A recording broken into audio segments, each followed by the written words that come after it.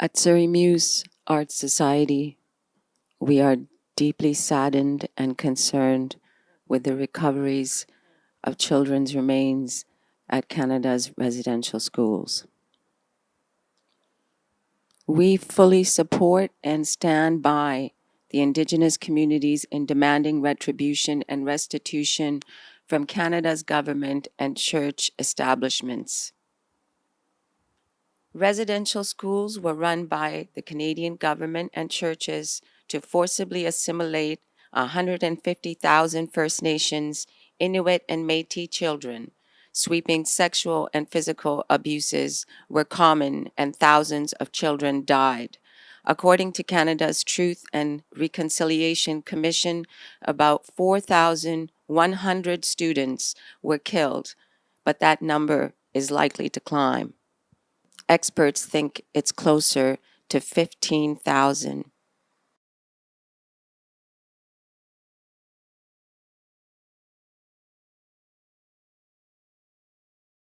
Welcome, everyone, to the 105th monthly gathering of Surrey Muse, an interdisciplinary art and literature presentation group.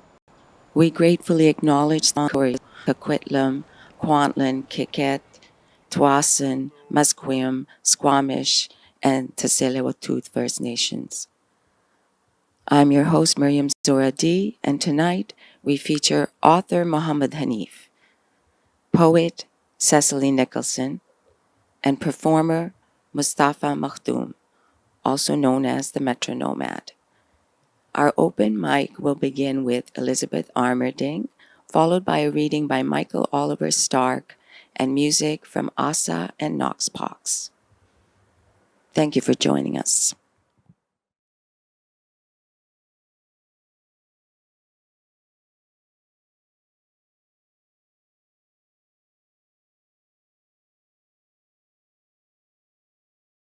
Mohammad Hanif is a novelist, journalist, and a screenwriter who has published 3 novels, including A Case of Exploding Mangoes in 2008, his debut title, On the Exploding Death of Pakistan's General Zia-ul-Haq, that won Shakti Bhatt First Book Prize in 2008 and Commonwealth Book Prize in 2009. Other titles include Our Lady of Alice Bhatti in 2011, which won the Wellcome Book Prize, and Red Birds in 2018. Mohammad also wrote feature film The Long Night in 2002 and stage play The Dictator's Wife in 2008, presented at Hampstead Theatre. His writings have been published by numerous publications such as the New York Times, Washington Post, BBC, Herald, and Newsline. At this time, Mohammad is writing Bhutto, an opera named after the hanged Prime Minister of Pakistan. And a note about Mohammad Hanif's A Case of Exploding Mangoes, an award-winning satirical novel. It was published in London in 2008 and was translated from English into Urdu, one of the 2 national languages of Pakistan.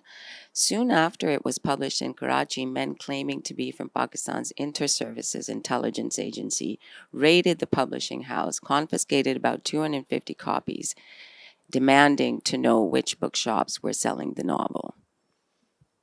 It is interesting that the Pakistan government took no action on the original. That info was taken from NPR, dated January 10th to 2021. Let's welcome Mohammad.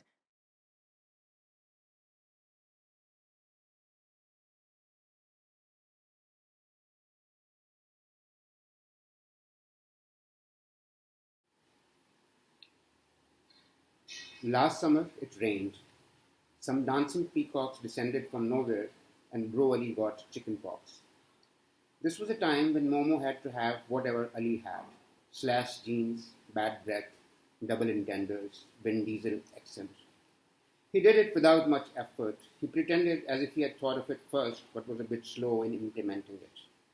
If Bro Ali started making a figure of 8 while peeing, Momo would pretend to write the first letter of his name. I pretended to applaud their juvenile actions. I don't believe in piss artistry. I just relieve myself at any suitable place when I need to. This was a particularly auspicious time. New electric poles had gone up, high strung wires shimmered when lightning struck.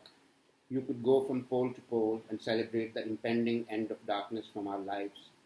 Electricity is coming, we were told again and again by Father Dear, who single handedly tried to take credit for the compulsive philanthropy of the Norwegians who had donated poles and wire.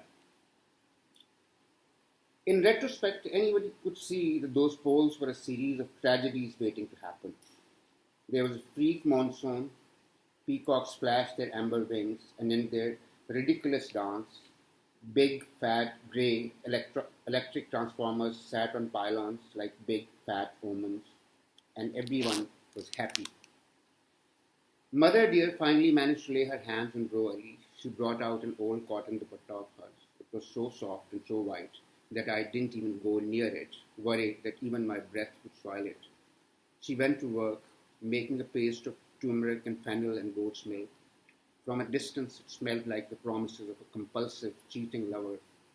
Bro Ali lay face down as she scooped up her cure and applied it to his back, covering the hundreds of little red dots that had bloomed on his torso. Momo joined in applying the paste, alternately pinching him when Mother Dear was not looking. Bro Ali giggled and then sighed as the paste burned the dots on his body. Bro Ali's torso was covered in the white dupatta that he had wrapped around himself. Momo took off his shirt and showed some red bruises on his chest. He was certain that these were early symptoms of a superior variety of chicken pox. The bruises were from my paws, my daily struggle to wake him up. But when Momo insisted that he must get his share of chicken pox cured, who was going to say no? A black cotton dupatta was produced. Momo wrapped it around himself and lay down. Now Mother Dear and Bro Ali took turns looking for non-existing red spots on his torso and kept dabbling the paste on his body randomly. Momo giggled and sighed and pretended he was really sicker than Bro Ali. Don't wear any clothes. Your body could need fresh air, but don't go too far from the house, Mother Dear warned. But there were dark clouds in the sky. There was a gentle drizzle. The desert sand was sending out all kinds of dizzying smells. Bright red, velvety insects were on the march everywhere. It would have been a sin to stay indoors. So we all ran out, ignoring Mother Dear's warnings as she shouted, "Don't get my dupattas wet." Ali in white, Momo in black, yours truly clad in monsoon carelessness, we ran around, frightening peacocks, disrupting the long march of the armies of velvety red insects. Momo jumped into the Cherokee, Bro Ali in the passenger seat, both bare-chested, with their bodies daubed in their mother's home cure for chicken pox. We drove around aimlessly from pole to pole. We counted 11, stopped at the 12th, got down. Momo and Bro Ali started their piss artistry. I decided to baptize the 12th electric pole. The moment of my misfortune, the worst moment and the worst day of my life. As I lifted my leg, unknown to me, about 800 miles away, the gates of a dam, the largest earth-filled dam in the world, opened. According to conservative estimates, about 6 million cubics of river water, monsoon muddy, wild and foamy, dropped like a native Niagara onto the 8 waiting turbines, each weighing more than 30 tons of metal and blades. As the turbines spanned the generator, converted it into electricity that the camp had been waiting for 4 years. The electricity traveled through 8-gauge substandard copper wires and traveling at the speed of 186,000 miles per second, arrived in the pole exactly at the moment when my clear, healthy urine made contact with it. Of course, the bastards had forgotten to earth the pole, as they were sure from their past experience that this whole pole wires transformers business was just a showpiece to steal more money. But someone had a bout of seasonal goodwill and released the electricity. It traveled through my piss stream, through my body veins, and straight into my brain. This is how my brains got fried. The electric shock sent me flipping into the air. It was more like I shot up, and the scream that poured out of my mouth was strange, as if I had learned to speak like my human companions and was just like them, screaming gibberish. I could hear Momo and Bro Ali giggling behind me. I was screaming and yelping like a mud prophet who has just received his first prophecy and who is terrified and who wants to return it to the sender. More giggles behind my back.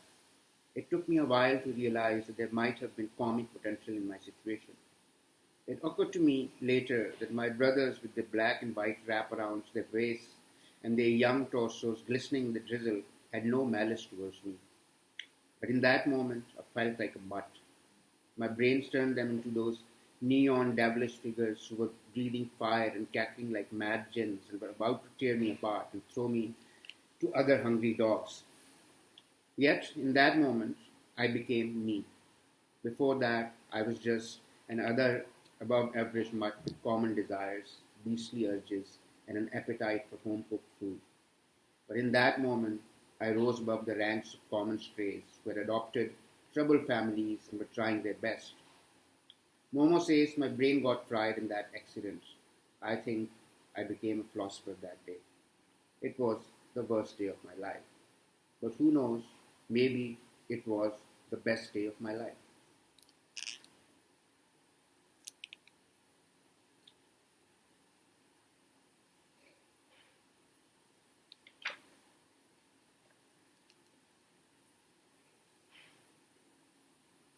Momo. After I put my falcons for ethical hunting program on hold, I had reached a plateau. And that is when divine intervention took place and someone fell from the sky. Yes, a stranger fell from the sky. Now he says he wants to get out of here. How do you return a gift from the skies? I have to pretend that I don't know that he fell from the sky. But look at his flying suit. Look at those sunglasses. Look at that pulled down, depressed crocodile face that he has acquired after pulling a million negative G's. His skin as pale as my much jaundiced eyes. He's dreaming of a lost plane. He's going to keep dreaming about that plane. I am in the middle of recruitment for my rescue mission, and although I've asked him many things, there's one thing I need to ask before I can put him to use. I am going to ask you a question, and I want a straight answer. It's time to be straight with Ellie. I'm not going to have someone on my team who I can't trust. You can't go to a boardroom meeting without knowing whether your team has divided loyalties. You don't go into a battle without knowing what is in your top general's past. Are you a spy? My tone is neutral, almost friendly. I'm not interrogating him, just asking him about his day job. He's sitting there with his back to the wall, holding his head like a war widow. I think sometimes he pretends that he's a prisoner of war, although we have been treating him like a guest. Give them a roof, feed them, and this is the gratitude you get. He needs a dose of reality, and I am going to give it to him. That's a trick question, he says, still holding his head. What kind of spy would admit to being a spy? There you go. He has laid himself open, and he's shut up at the same time. I can tell you that if he's a spy, he's not very good at it. He's the kind of spy who wishes they owned a cafe or ran a book club. If you are being true to yourself, you would tell me. I promise I'm never going to betray your secret. One shouldn't be ashamed of one's day job. I have been thinking of starting a small surveillance unit myself. Information is the new oil. Maybe I can even help you with your spying. He looks at me as if I have asked him for $1 million loan. I want to be able to trust you fully. Help me help you. Sometimes white people only understand things when their self-interest is going to be involved. I am homesick. I am worried about cats, he says, looking into the distance. I have never been away from home for such a long time. Mine was mostly a stay-at-home kind of war. I could be over Mosul at lunchtime, but I'd be home to take out the trash, cook dinner, or at least help clean up after. She must be worried sick. If a person dies, you bury them, and you manage your grief. But what do you do when you don't know if your person is alive or dead? There you have it. All lies. Who call their wife their person? She is a pretend wife. This pretend pilot needs to sort his ways. He's always going cat this and cat that. I'm going to tell you. I think about cat. There's probably no cat. He's probably a cupboard gay and has been in that cupboard for such a long time that he has an imaginary cat in the cupboard of his mind. Don't get me wrong, it can happen. For about 6 months, Bro Ellie and I used to have an imaginary pet tiger. We took him for walks and fed him imaginary goats. Even Mutt would have imaginary wrestling matches with our pet tiger. I know this can happen. It's a much more common condition than people ever admit. Even now, when Mutt feels lonely, he plays with his imaginary friends. He has been yelping at birds that come and go all the time, but he thinks only he can see them. When you're dropped in the deserts and wander around claiming half your plane is gone, it's obvious you're not on a straight bombing mission. Probably his brain is fried too. He keeps talking about cat and pancakes and a baby which was never born. What can you do? I mean, not with the unborn babies, but with pretend pilots who dream up unborn babies and a wife. Sometimes I want to shout at him, stop imagining a wife who is not there. Stop imagining sons who are not born, never conceived. If you want to make love to a ghost wife, you're going to have to take care of a ghost baby. I don't believe in ghosts though. I believe in dollarized profit margins and better mental health management. If he was supposed to bomb Mosul and has ended up here, then God help him and his country. I don't tell him that though, because he's my ticket to Bro Ali and I am his get out of here pass. I want him here. I want him on my side. This is what one has to do. You listen to them. You let them talk. You let them think you're the only person who understands their pain. This is how friendships work.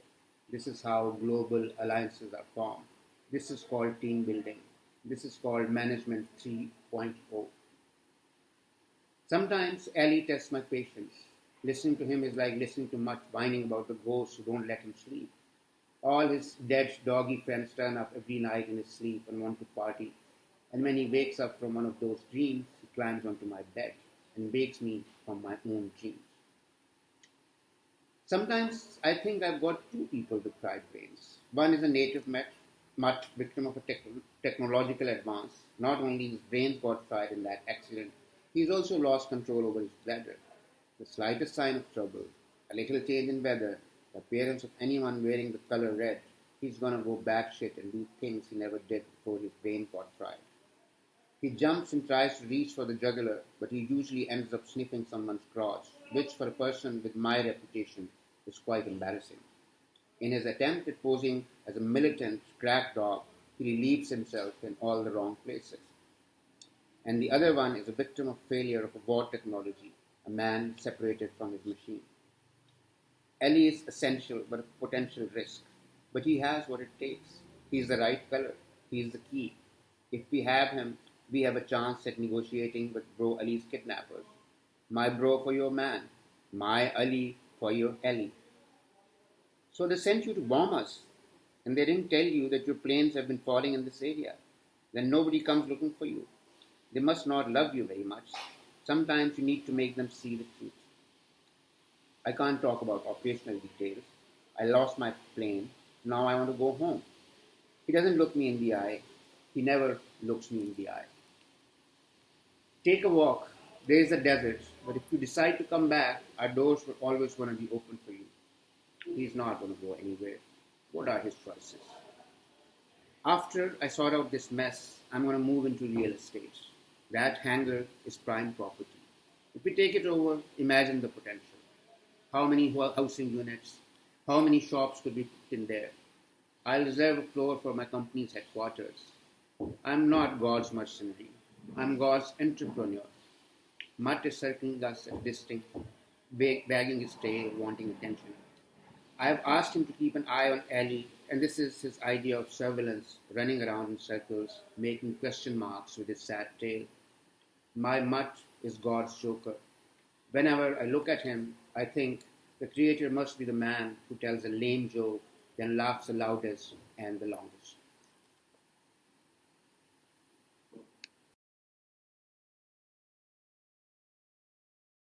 Our featured poet tonight is Cecily Nicholson. Cecily Nicholson is a poet, author, and an arts activist who has published 3 collections of poems: Triage in 2011, From the Poplars 2014, and Wayside Sang in 2017. That won the Governor General's Award for English Poetry in 2018. Earlier, Cecily was awarded the BC Poetry Prize and Dorothy Livesay Prize for Poetry. She volunteers with community impacted by carcerality and works in gallery education. She has collaborated with the Joint Effort Prison Abolition Group, the Center for Innovation in Culture and the Arts in Canada of Thompson Rivers University, the Audion Gallery of Simon University, and Vivo Media Arts. Cecily was the 2021 Writer in Residence for the University of Windsor. It's my pleasure to welcome Cecily Nicholson, everyone.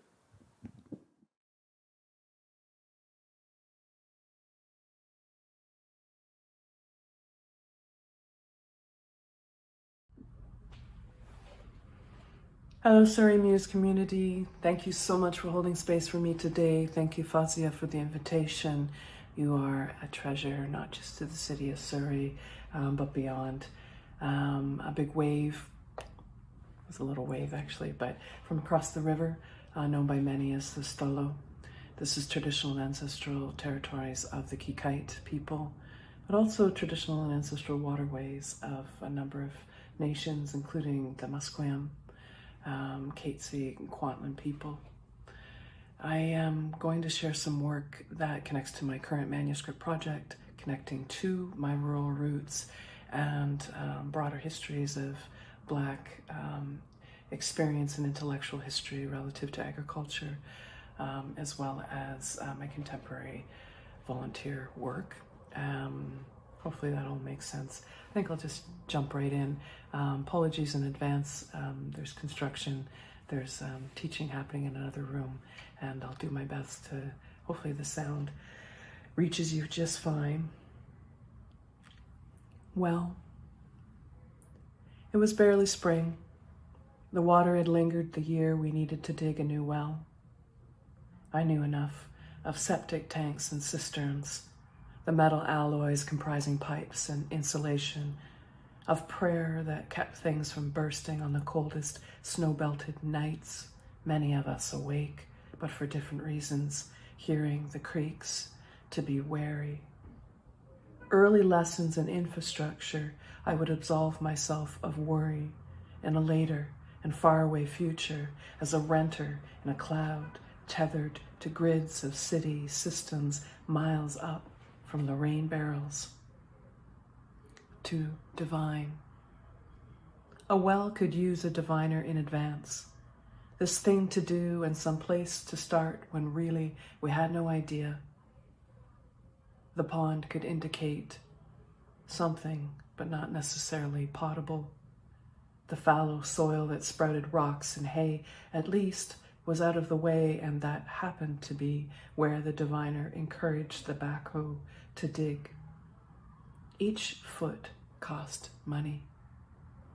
Adults went to work and children went to school a whole day and returned to no water still. Pinched faces at the window discuss what happens if they have to stop. Maybe there is insufficient water on a property. Maybe there is more debt.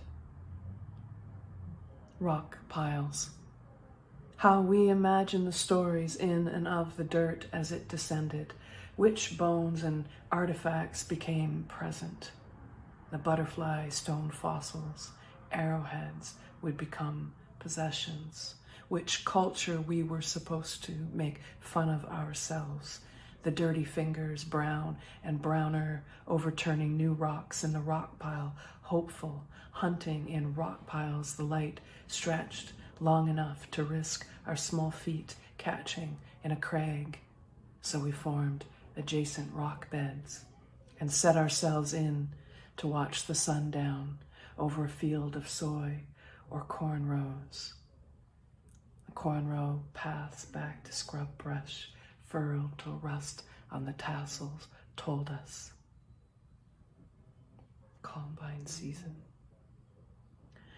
The sky cast bush shadows an acre off against a thin band of horizon glowing as the stars above the horizon rose.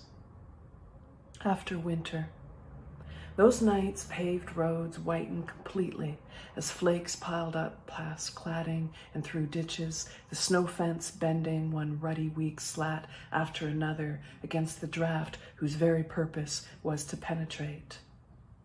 These fences will figure again and again. For now, the iron rods and their constant burrow of rust are the stalwart chroniclers of weather. It had been a winter such as this that pushed deeply into the spring, that flattened the longing buds into slow bursts of fragrance. In relief, the time between bird calls lengthening more than had been usual. Relief when finally the smell of mud struck consciousness like lilacs, only sweeter. As the heat of the sun registered warmth on skin and trickles of water coursed the driveway, rutting down the hill and into the ditch, the water table began to rise. The rise of pond. After the migration stop was drained and we fought and lost again to the chemical pond lined with black tarp, we turned to the front yard swamp. To bend to pond, the green life that fought to hold the other to an emulsion state, neither water nor mud, somewhat tadpoles, where catching frogs was possible, and even still today, one can realize terror in another creature being held. Holding up a frog by its two back legs, an instant over, so fast few will ever witness it, like the ruddy farm boy who died before my age now, having drunk to expansion and heartened out winter after hard winter, broke into laughter. We could not hear it, but it was nice to imagine somewhat something genuine. And it was the frogs, not us, who made it clowning. This holding a frog by its two back legs dance. Stump of stumps.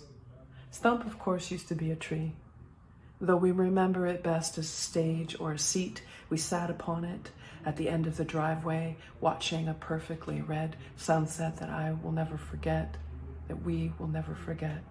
And we knew about sailors, and we knew we had relations on islands who shipped and were shipped, and we knew what it would mean to be a sailor. And we had excursions, twice on Great Lakes, as servants on sailboats. We took commands out of the lean, thin mouth of uncles and strangers, and we ran to the prow, and we ran to the stern, and we were not sickened. Holding breath, we learned how to float in fresh water. We were able to swim. Our bellies could buoy us, our breath, brethren, deep, amplified, our bobbing corporeal bioluminescence on a surface from a dimension deep in music, poetry, edged a farm. In serenade. When Stump was still a tree, my Italian suitor sat and strummed his guitar underneath. Having walked a country block and a half from his host family's home, to sit there quietly, making songs in Spanish, the language of love, a good place to rest. While they, someone or other, called him, as only a queer query made sense to my 15 years of ugly, and only a queer effort could make such beautiful music. The tree was an early stage. I wish I knew more about it. I thought a maple. I thought a hardwood anyway, gray-eyed, and all the gray eyes since. These efforts that took a stand, the many last stands of trees and ditches along a field in cultivated tracks. Scarring. From that time, the dog at the babysitter's farm took my head in its mouth. Having had 4 dogs at any time, and not one ever having taken a head in its mouth, this was a time to remain calm. Once one nibbled too hard, hungry for food, and bit the hand and fingers of a child. Child's fingers are brittle. I worried for that dog in the aftermath. Oh, aftermath. To read intent and understand when discernment was needed in advance is a good skill. But it is a mean one that wants to encompass the brain in its maw of longing, to drag something sweet away to devour alone in a house. Even a dog's. This is not my beautiful dog house. The dog bed that was a comfort of fleas and poets fallen, hiding a place of comfort worth visiting. I have my head and very little of the memory, and just 2 marks on either cheek. Hit to road. Memoirs are always too soon, so I guess that means never. These nails that stuck out of a broom over the head that punctured the scalp. The organized running, learning to run. These gravel road knees, sets of scars. Trying hand signals that we were taught in gym class, like the tractor was watching to see which direction I would turn a 1/4 mile back, still twice as fast on my red BMX from the National Tire Company. It was really awesome. Not the company, the bike. Oh my gosh. I saved and saved. First for a clock radio that raised me for the early short bus and babysitting work that I got to 1 country line over.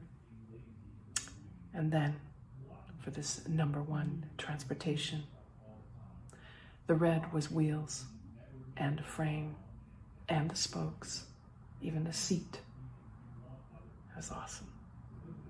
To be like the sister who got on a bike and essentially rode it immediately, skipping past training wheels amongst the boys even. It remains legendary. My labors, cracked along a nose. I trust nose scars. I trust that we have something in common, even if it was from years of playing hockey, backhand, bat-borne beam, that chainsaw or a tire shrapnel, or a breakout of obscene proportions. Chances are we have something in common between us. Not this iron rod aforementioned. It always purposed itself a fence pole. It always prodded up from the banks of winter, and it had no intent. Above all, I was triumphant that day. I was so bad off I got taken to a hospital. The golf ball pushed my skin permanently into a crease. It was a lump like this that matches my frown now, and I think it works. And that doctor, so sweet, leaning in, sort of talking to me, definitely changed something. This second suite of poems I'd like to share comes by way of a collaboration with my poet sister, Mercedes Ng. And this is a responsive piece forthcoming in an issue of Black Flash, curated by Carmen Papalia, Amanda Caccia. And briefly, I'd just say that we're honoring and thinking through the last year and a half of volunteer work at a place called Emma's Acres, a place of restoration and care and intellectual work, a farm of great importance for a wide variety of community and people impacted by the carceral and justice system. So much respect and props to folks there. And I hope you'll read the whole piece in conjunction with Mercy and other folks' work. It's a beautiful project, but I thought I'd practice these poems. So, number 1. Somatically, my body remembers farming as a rurally entrenched kid, where I lived, cultivated, punctuated by occasional brush and ditches that weren't much at all like these rolling hills, songed and mission bells in reach of cemetery lawns across the road away. And yet it feels familiar. Playground fields to former wards as a youth intermittently involved state care that cared less. I cared more and for more around me. La Péperson observes, we cannot reckon with, quote, how Black people are often confronted by the impossibility of settlement because anti-Blackness positions Black people as out of place on land, end quote. Where have I been a settler? Where I am. Returning to efforts of cultivation, I think on Vicky Mochama's discussion of mutual aid and her reminder about practices that are not new, rather long-standing traditions instilled by and in Black community and experience. And I consider Paul Taylor's work, organizing on food insecurity, problems that cannot be answered by casseroles and cooperatives, given global systems serving riches, impoverishing labor, herein my reallocated labor. 2. Passages via free gardens, fish pepper plants made way to Chesapeake table settings. Chesapeake. Horace Pippin, a painter, gave seeds to H. Ralph Weaver, a beekeeper. Folks, light render and pollination. I sleep not enough or too long dreaming, half awake.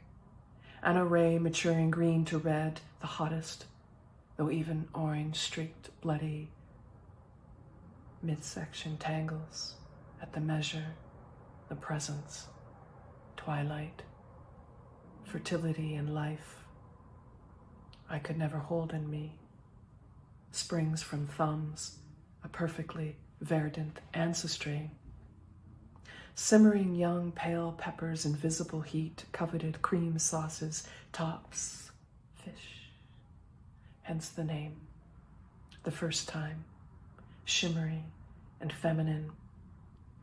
Heat, a subjective test, one for sensitive, one prickly, one's flaring at the hip.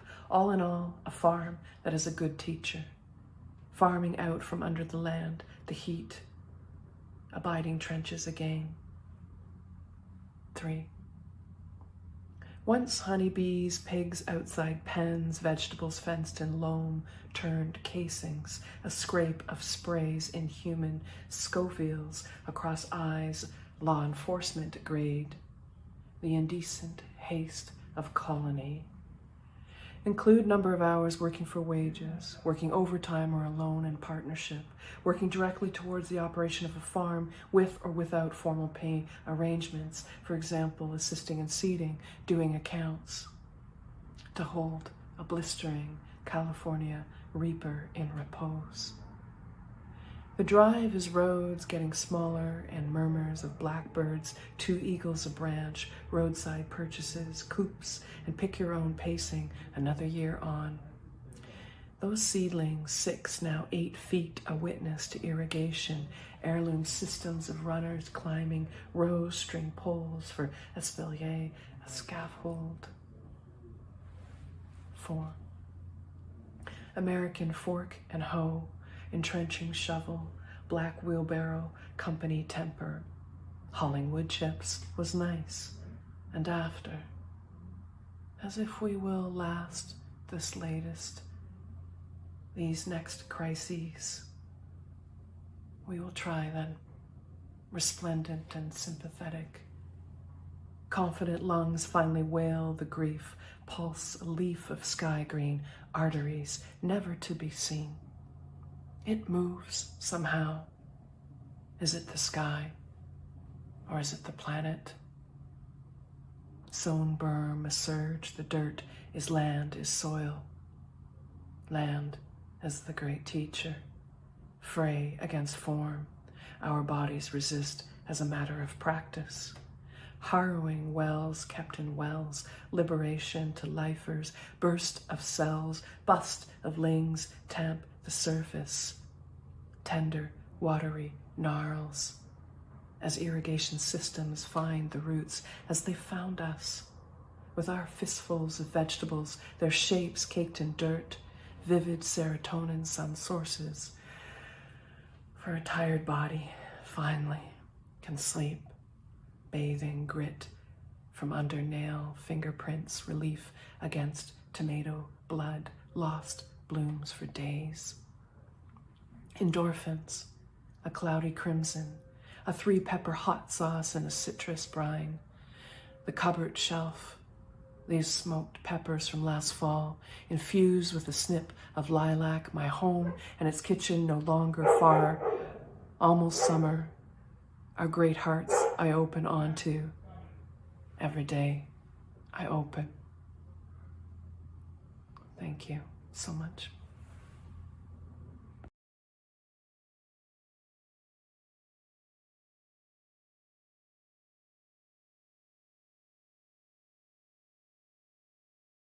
Our featured performer tonight is Mustafa Makhdoom, who is a South Asian Canadian singer and songwriter working out of Edmonton.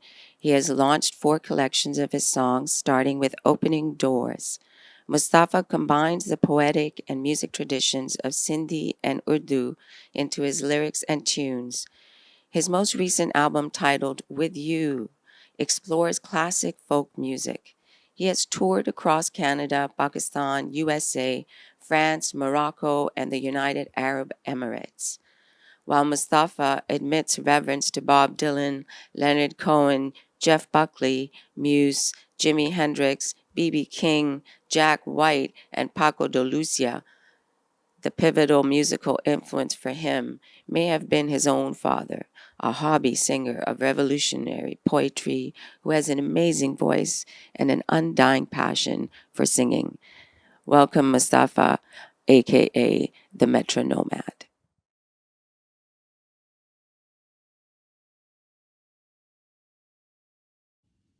Hey, thank you all so much for having me here via this digital show.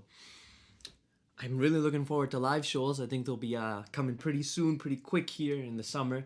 It's been a long time since I played a live show, so these digital ones have been keeping me arguably sane in the last year. But can't wait to go live. Thank you to Fawzi Abaji, to all the organizers, the performers, to everybody here for having me on this event in Surrey Muse. I'm the Metro Nomad. And before I get started, I'm going to be playing a few covers, a few originals here. I just wanted to give a quick shout out to my social media and to my website that you can check out, which is themetronomad.com. So I'll spell it out for you. It's THE, then space METRONOMAD, themetronomad.com. I guess there's no space in the website, but if you search me on Google or on YouTube or on Spotify, if you search it, you need to put the space in, 2 words, the, and then 1 word, Metro Nomad, the Metro Nomad. Man, I made that so confusing. Anyways, I'll ask Fawzi Abaji to send something out after. That will be less confusing. Let's get to the music, which is the best part, as opposed to these very all over the place descriptions of where you can find me. I'll start off with I need this thing. I'll start off with the cover here. This is one of my favorite songs. I usually, unless it's like an obscure cover that not a lot of people will know, I usually don't introduce the name of the cover, because once I get started, you'll totally know it. And yeah, it's one of my favorite songs, and I hope you like it.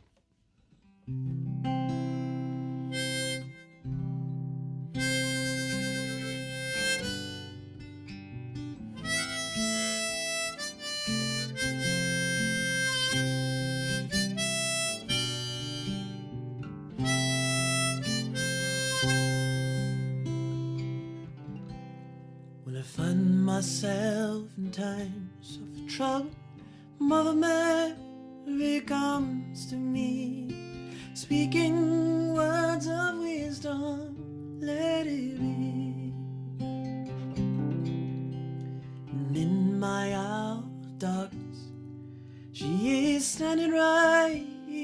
front of me, speaking words of wisdom. Let it be. Ooh, let it be. Let it be. Let it be. Speaking words of wisdom. Let it be. Though the broken heart people living in the world agree, there will be an answer. Let it be. Though they may be parted, there is still a chance that they will see. There will be an answer. Let it be. Let it be. Let it be. Ooh, let it be. There will be an answer. Let it be. Oh.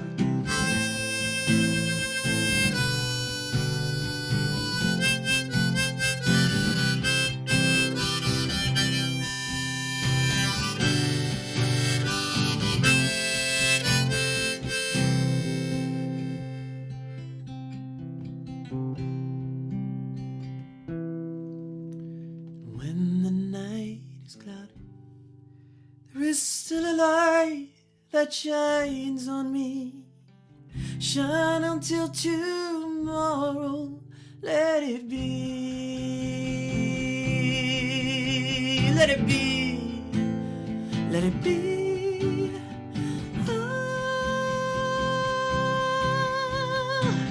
there will be an answer. Let it be. Yeah, let it be. Let it be. Ah, whisper words of wisdom. Let it be.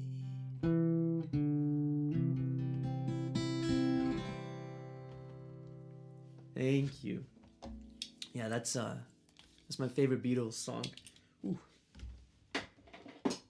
Although they have a lot of really good ones. Ooh, I just gotta tune up this E is a bit out. There we go.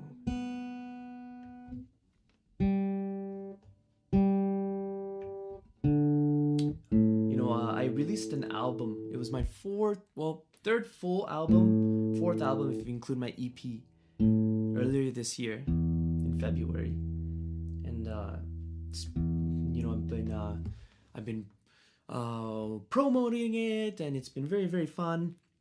And I'm gonna play a few songs off that album. Now, this first song that I'm gonna play, this originals, of course, is a song I wrote for my wife, and we were married January of 2020. I always say it January 2020 so that I never forget the anniversary. So this song I wrote for her, and I played it for the first time actually on our wedding day, and I surprised her. She didn't know. She was like, "You should play a song in our wedding." I was like, "I'm not gonna play a song. It's lame. You don't play a song at your own wedding. You play a song at other people's, but your own is kind of weird, right?" She's like, "Yeah, okay, yeah, that makes sense, kind of, but okay." And then I surprised her, and it's a very special song, and it's the title track, of course, being so special, of my album. It's called "With You." And you could find it on Spotify and SoundCloud. If you go to Spotify, search the Metro Nomad, you'll find my album "With You." And if you go to SoundCloud, you search the Metro Nomad Music, and you'll find it there. And it's also on my YouTube. If you go and search the Metro Nomad on YouTube, you'll find a video made by a good friend of ours. And I hope you like it.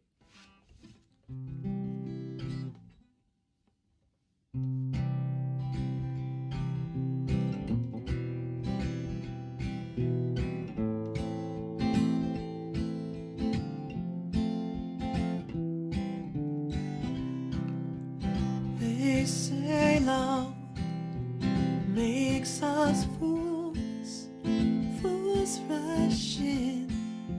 I rush to you. I'm hardly sane. How can I hide what I need to say this won't subside. Ain't no time when I'm with you. You, you, you, you, you, you.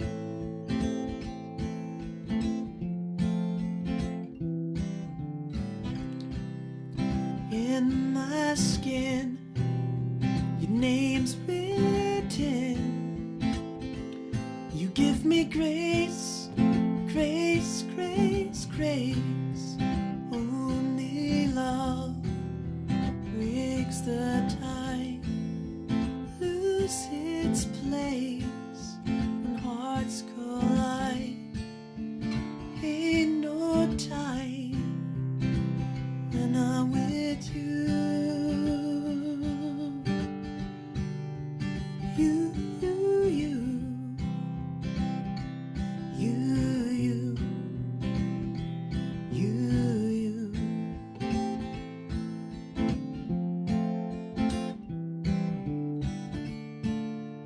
Keep on speaking softly, the light's still shining bright. Keep on speaking softly, the light's still shining bright. The light's still shining bright.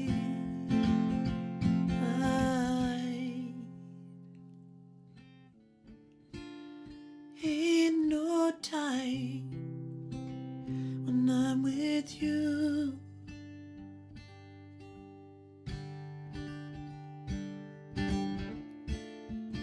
Ain't no time when I'm with you. You, you, you, you, you, you.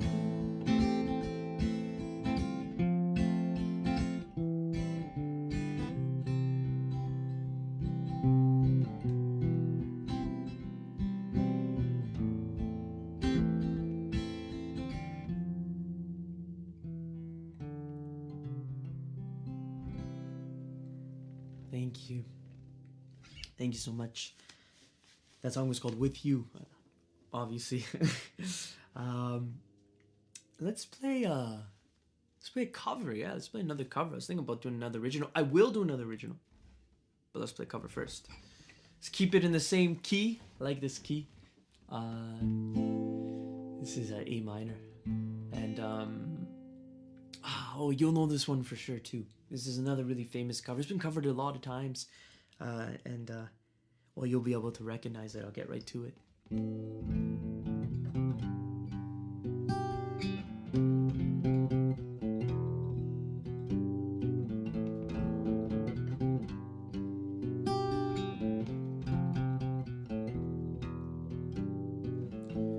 Whenever I'm alone with you, you make me feel like I am fun again. Whenever I'm alone with you, you make me feel like I am young again. However far away, I will always love you. However long I stay, I will always love you. Whatever words I say, I will always love you. I will always love you.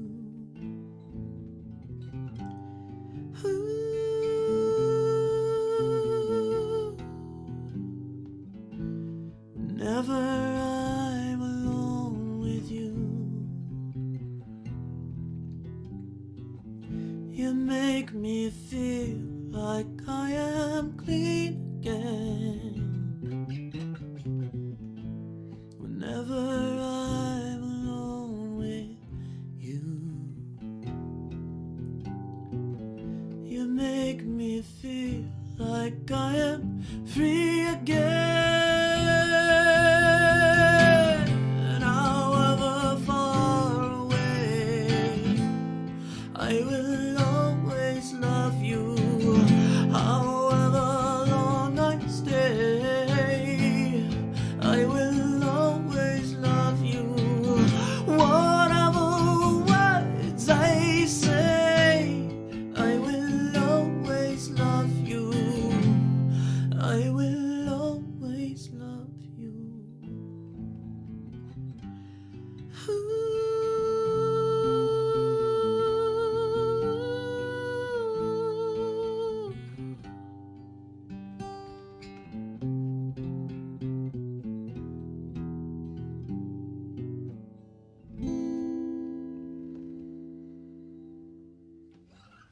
Thank you. It was The Cure. I think most of you know it, but just in case, right? Yeah, it's a lovely song. That's my dad's favorite Cure song. Let's play another original off the same album. This song actually, I wrote this while the engineer was working on it. So he was mixing and mastering the tracks. I had submitted it all, and I was like, oh my god, I like this song. So I recorded it in this room actually, and I sent it over. I was like, yo, you gotta put this on, I like this song. He's like, yeah, I like it too. Yeah, okay, let's put it on.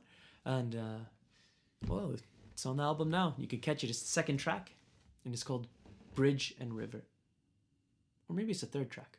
Well, anyways, it's called Bridge and River.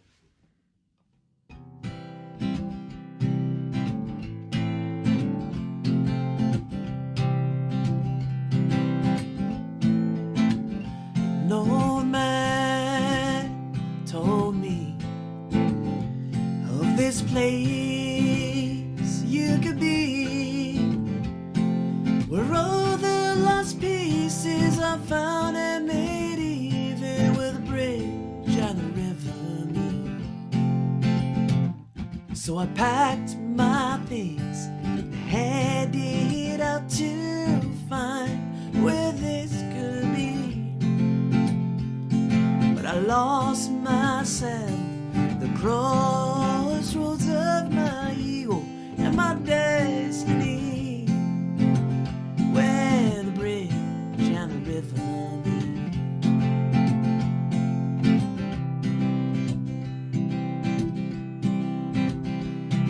I knelt down low to take the blow.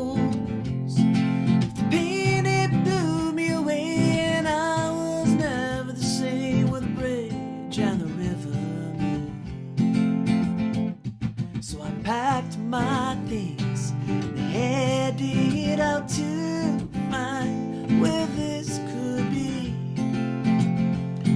But I lost myself, the crossroads of my ego and my destiny, where the bridge and the river meet. Hey!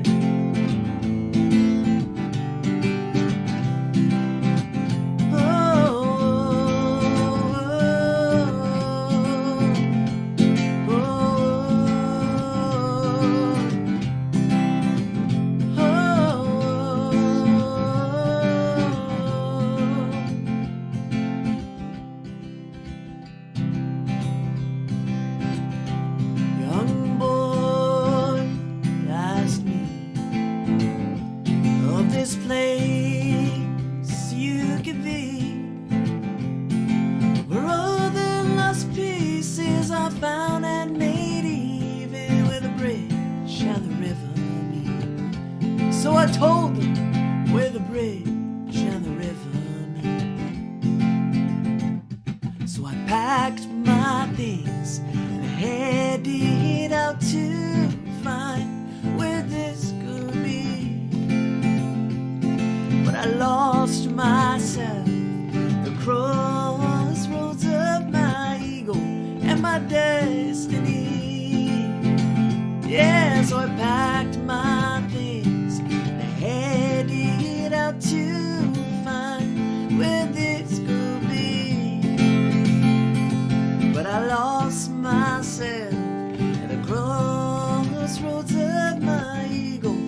our destiny, where the bridge and the river meet. Yeah, where the bridge and the river meet.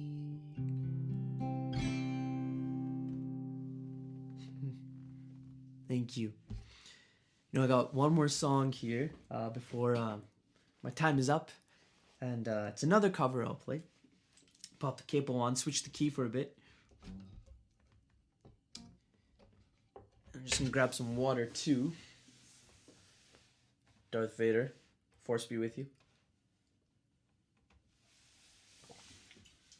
You know, it's been so fun being here. Thank you all so much. It's been just amazing. I really hope that these songs connected with you. I hope you liked it. It's an absolute pleasure for me. Thank you, Fawzi Abaji. Thank you to all the organizers and the performers. And I'm going to play this one last cover. And then before I go, I'll give one more shout to my social media so you can hopefully check it out. And you'll for sure know this one. Super famous song.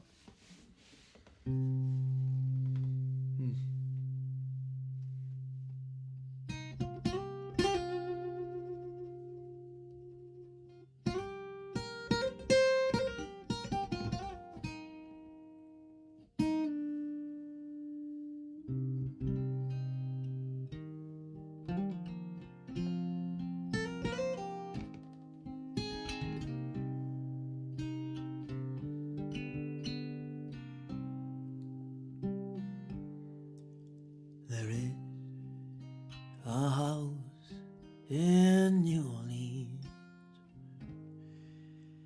they call the rising sun,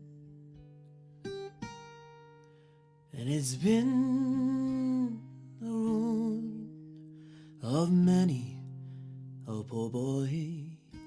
And God, I know I'm one. And my mother, she was a tailor. She sold my new blue jeans. And my father, he was a gambling man down in New Orleans. The only thing that a gambler needs is a suitcase and a trunk for the only time he's satisfied is when he's drunk. I got one foot on the platform, the others on the train. I'm going back to New Orleans where that boy and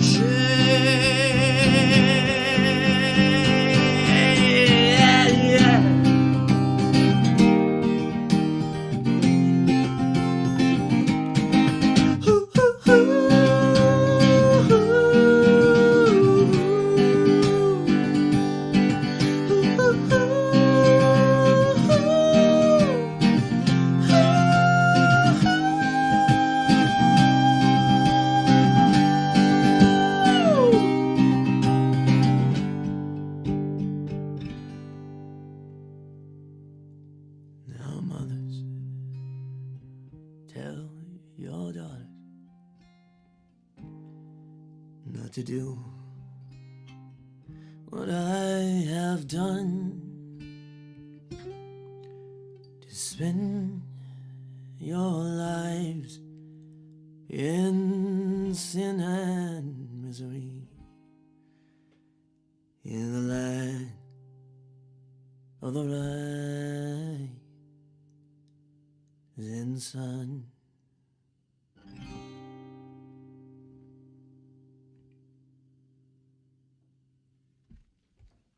Thank you. Thank you so much. Again, total pleasure to be here. Thank you for having me. Please do check me out. Independent musicians, we need as much support as we can get. So when you go out and you listen to the songs and even send a comment, hey, I liked it, it means the world to us. So you can check me out Instagram, The Metro Nomad, Spotify, SoundCloud, my website, themetronomad.com. If you want to send a message, you can do so via Instagram or on my website. There's a little contact there. If you just want to hear the tunes, you can do that too on Spotify, SoundCloud, or on YouTube, or again off my website. Thank you all so much. God bless and a wonderful 2021. 2020 was a tough year. I think this one's going to be a lot better. Thank you for having me.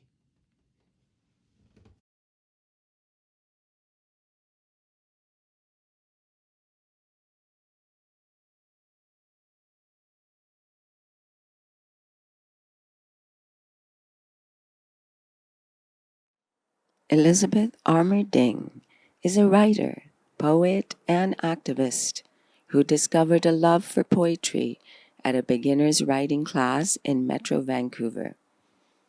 Her first Sestina country song was shortlisted for the 2016 Magpie Poetry Award, and it was published in Pulp Literature.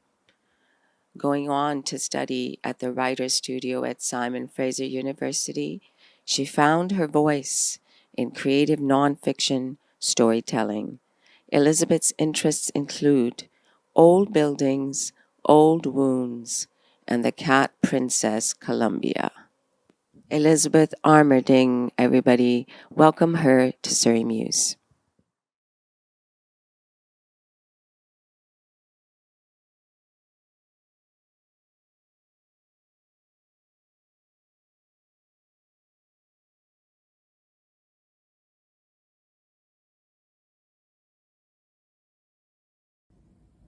Hi, I'm Elizabeth. Welcome to my home, which is sitting upon the unceded Coast Salish territory of the Musqueam, Squamish, and Tsleil-Waututh people. Thank you for having me. This is called, What's the Worst Thing That's Ever Happened to You? So there's a piece of writing advice that goes, what's the worst thing that's ever happened to you, and are you writing about it? And not only have I never forgotten this advice, it haunts me like a nightmare. Because on the one hand, I could talk about purposely losing Douglas Copeland's thank you card to my dumb coworker Mike out of spite for not liking me back, or losing someone else's cat and then finding a dead cat in the street and carrying it home, only it wasn't the right cat. Or the time my sister intercepted my G-chat being shitty about people singing hymns around her dying son. And she forgave me because of the kind of person she is. But the question isn't, what's the worst thing you've ever done? It's, what's the worst thing that's ever happened to you? And nobody wants your stupid dickhead stories right now, dickhead.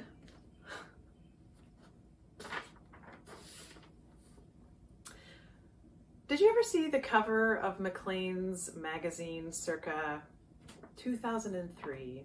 And there's a guy who looks like Terminator on the front. And the title is something like, Bionic Eyes. Is blindness a thing of the past? Question mark, question mark, question mark. And these eyes were going to be connected to the brain somehow, so you could see through them. And the way that it was told was like this tech was about to be at our doorstep. But it never came up again. And nobody contacted me about scheduling in for a bionic eye. And I was super fucking mad about it, because when I was a little girl, I had cancer in my eye. It's called retinoblastoma, and I had it. And what I got was a glass eye, which was beautiful and hand-painted. And I also got around 200 teddy bears, which was awesome. But after the Maclean's thing, I felt ignored, because surely I'm a prime candidate for this bionic eye. And I was only 4 when I lost my eye, and I got so much attention. I think partly because we were Christian. And in case you don't know, the church can be, at its best, a superpower of support. So I really did get 200 teddy bears. That's not an exaggeration.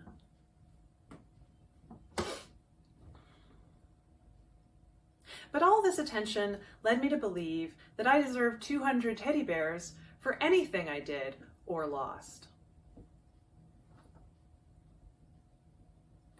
And it stayed that way until I went to school. Because when I went to school is when stupid motherfucking boys started calling me cross-eyed, etc. And I was like, Jesus! Are you really gonna let them persecute me like that?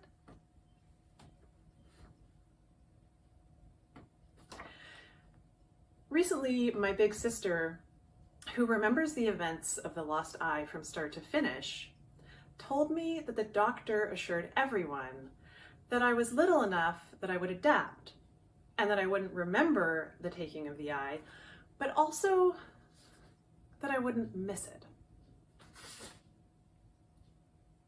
And what the doctor said is partly true. I can see out of the other eye. You relearn things like depth perception. Apart from when you took your dad's car without a license and smashed the side mirror. But I can drive legally now. And in fact, my driving instructor, when I told him about the eye, said, "You're not disabled." He did. And he said it every driving lesson. Remember, it's not a disability.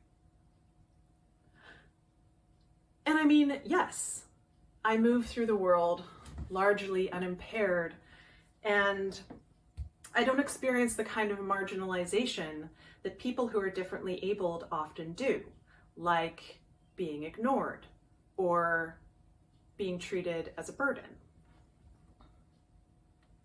But if we're talking who makes the cast of the Antique Freak Show, I certainly do. Because a deformity of any kind, especially a prosthetic, gets you noticed.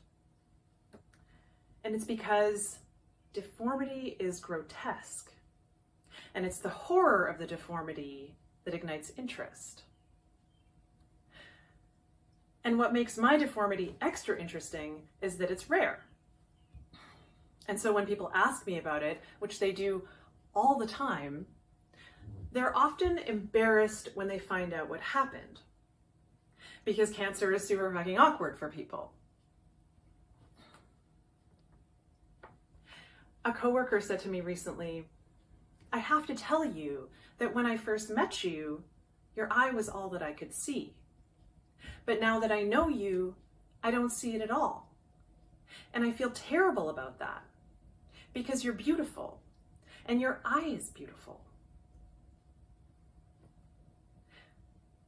And what could I say? That I'm always waiting for people to forget? And so you do a few things.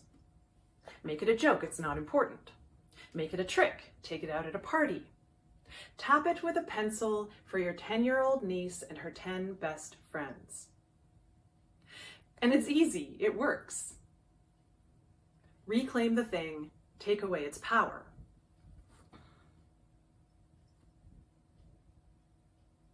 It's power. It's power. It's power. It's power. It's omnipresent, God Almighty, all-powerful power.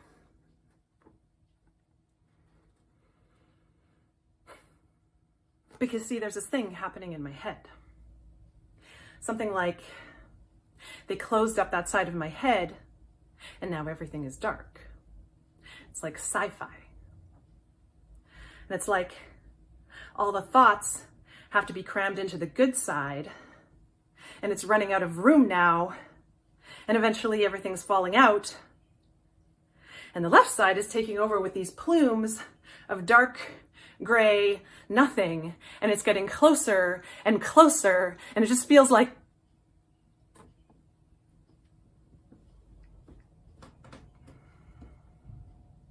I mean, how do you even fix that?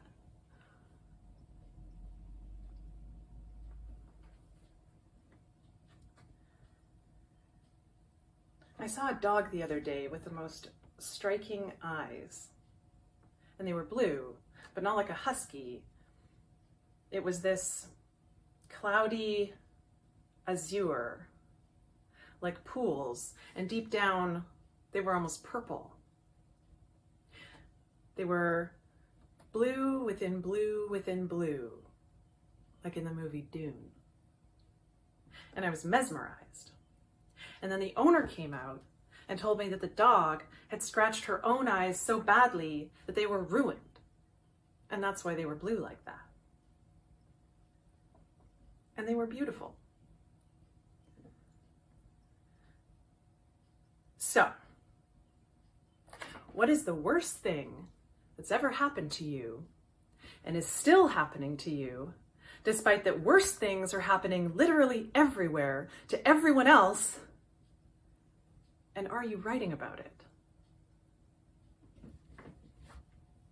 Thank you.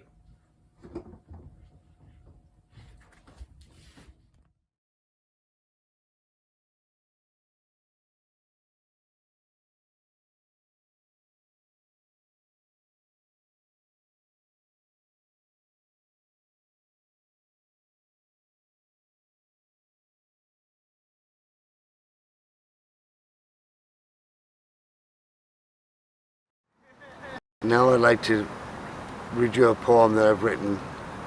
It's the first poem that I've ever done publicly. It's the first poem I've ever done on Surrey Muse. It's still a work in progress, but I'd like to present it to you. And I need glasses for that.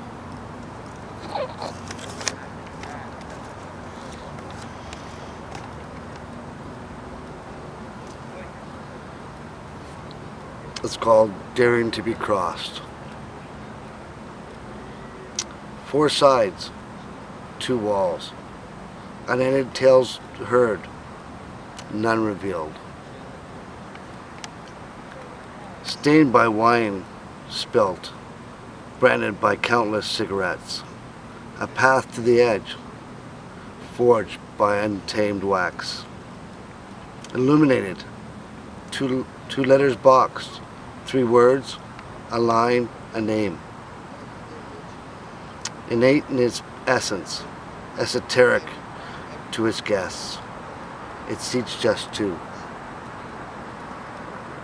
Hope departs. To where? It isn't known. The moment is past. Patience lost. 2 letters sent, parallel journeys, born of a fleeting moment.